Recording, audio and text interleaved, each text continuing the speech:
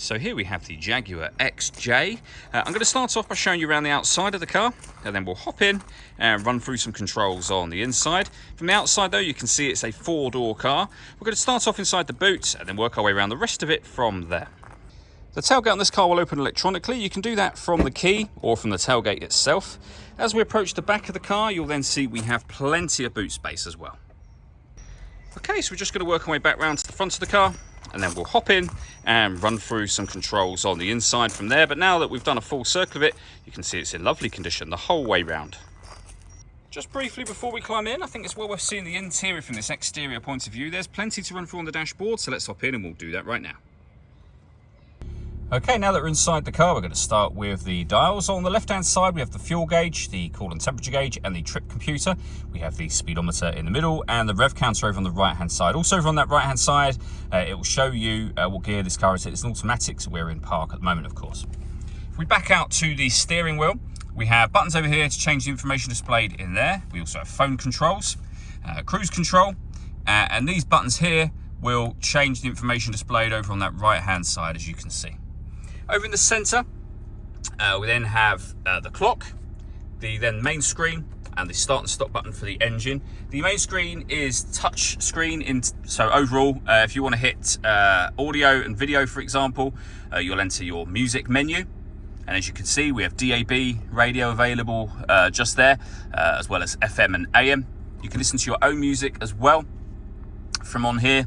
There's a few different ways in which you can listen to it. One of the ways, of course, is the CD player that you currently see being shown on the screen at the moment. We can go back to the home screen from here and access your satellite navigation for the car. Just hit that button there and you can see nice clear color display.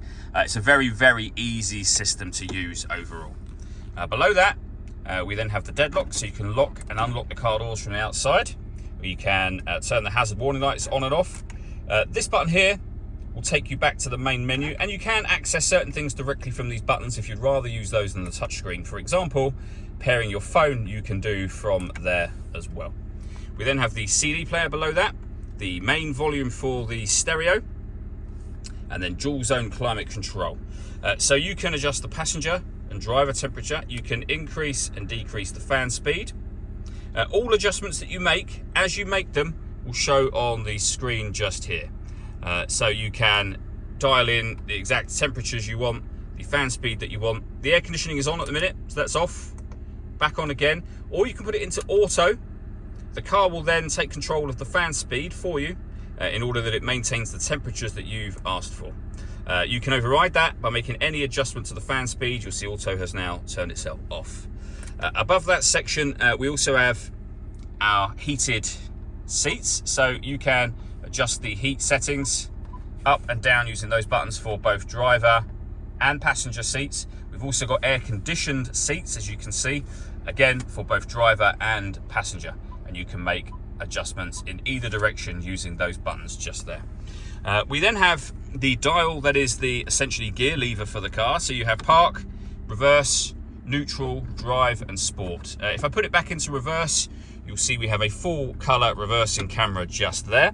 And then lastly, we have the electronic handbrake, and we can change the driving setup of the car from these buttons just here as well.